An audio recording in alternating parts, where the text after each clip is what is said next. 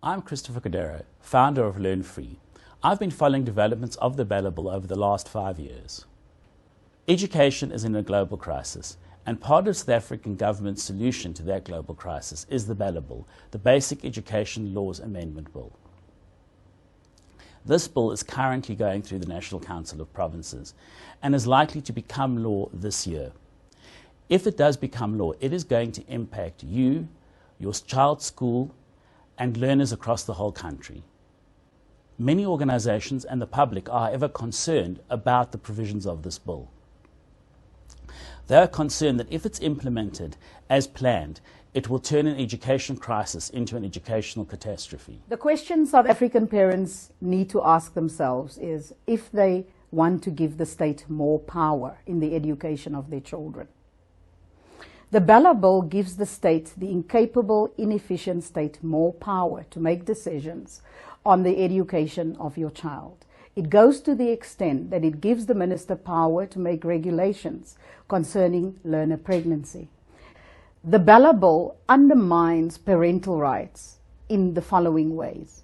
When we close small schools in our farming communities, the rural areas, what we are saying to parents is that they can't decide where their children needs to be educated. And more importantly, what we are doing to children is we are alienating them from the communities and the family that knows them the best.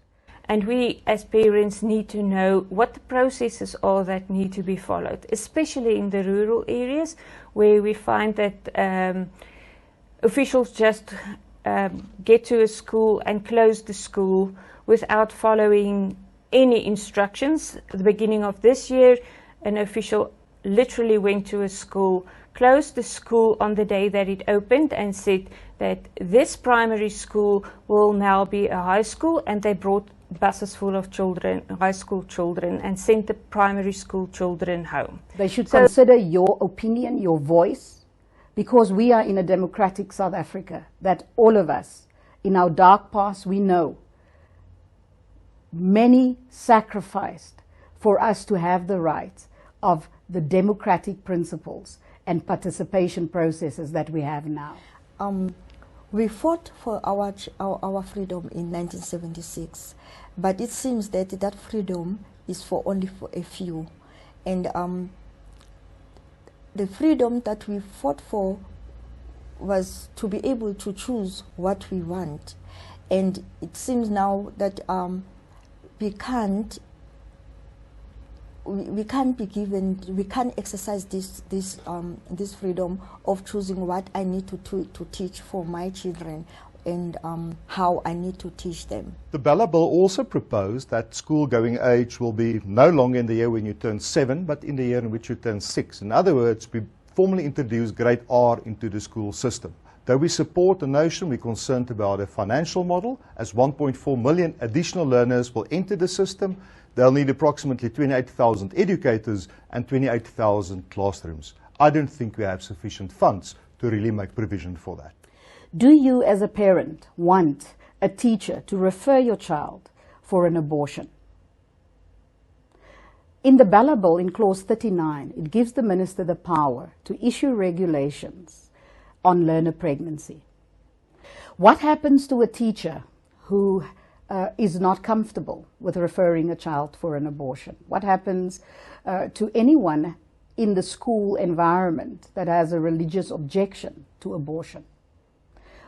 When the minister makes a regulation in line with this policy, the management and prevention of learner pregnancy, it becomes enforceable by law and punishable. So any person who do not want to refer a learner would then be criminally liable. Is that what we want?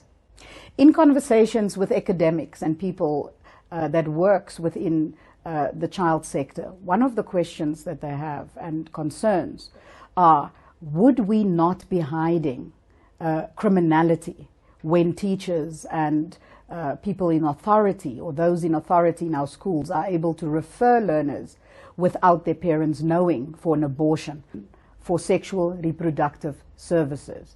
Those include contraceptive technologies. So it is very easy for anyone in the system at the school level who is a predator to impregnate a child and then hide that crime by sending the child for an abortion. This is our very last opportunity to comment on the BELA Bill. We love our children, and therefore it's our duty to attend the sessions and to make our comments. Make your voice count.